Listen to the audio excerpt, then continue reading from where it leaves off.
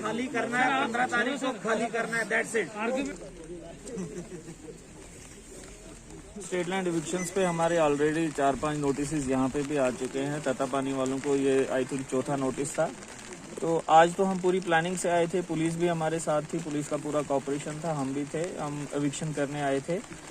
लेकिन यहाँ पे लोग सारे इकट्ठे हुए, इनके सरपंचेस पंचेस सारे इकट्ठे हुए, इन्होंने हमसे टाइम मांगा है। टाइम में इन्होंने लिख के दिया है, रिटर्न में दिया है कि 15 तारीख तक हमें अपना टीन और वगैरह जो इनका मटेरियल है यहाँ पे लकड़ी शकड़ी वो उठाएंगे। उसके बाद हम 15 तारीख के बाद इन्होंने ये भी कहा है कि FIR आप लगा सकते हो, और हम इसी महीने की 15 में सारे मुतफिका तौर पे तैयार हैं। सारे अपनी प्रॉपर्टी सरपंच हैं, नायब सरपंच हैं, मेरे साथ हैं, ये सारे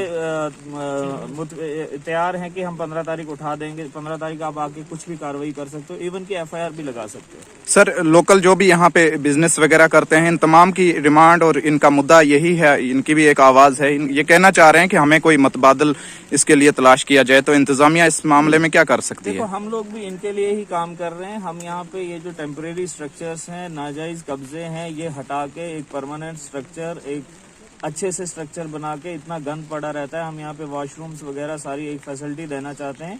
क्योंकि मुझे लगता है गोल सब डिवीजन में यही एक टूरिस्ट सेंटर है जो सीजन पे बहुत हाई जाता है, और इसको हम बनाना चाहते हैं। इसको ये तभी बनेगा जब इन लोगों का ताउन होगा और ये नाजायज कब्जान जो है ये खाली करेंगे और हमें यहाँ पे कुछ डेवलपमेंट करने देंगे।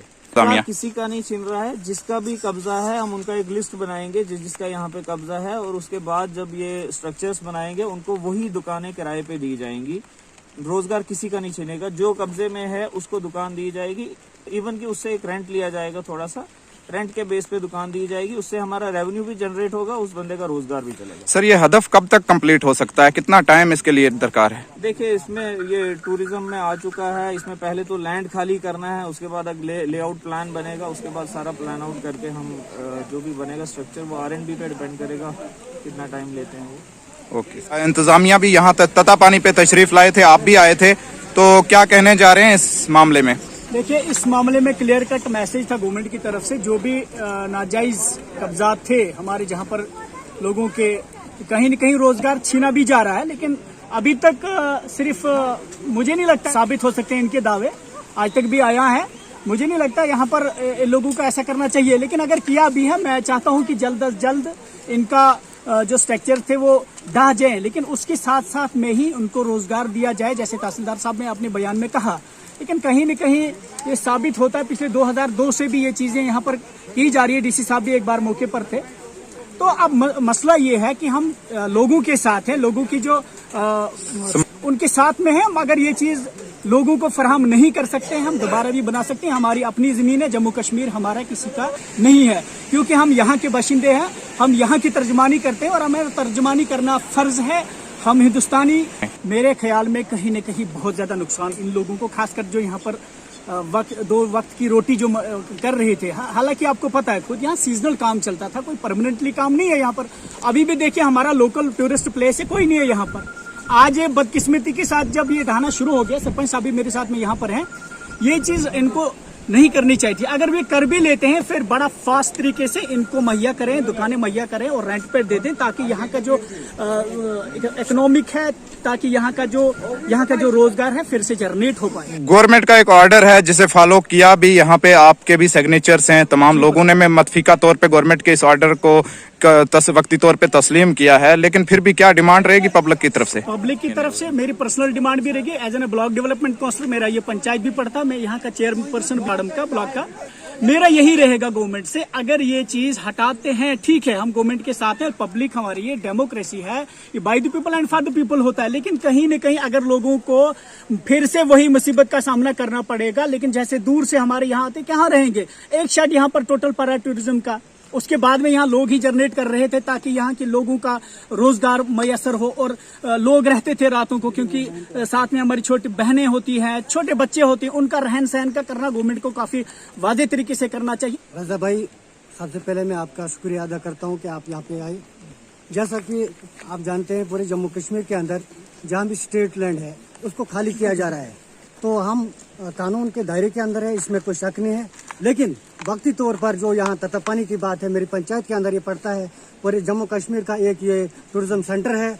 लेकिन अगर देखा जाए कि इन लोगों को जिन लोगों ने यहाँ शेड बनाए हैं, अपना रोजगार कमा रहे हैं, तो ये बेरोजगार हो जाएंगे, नंबर 1।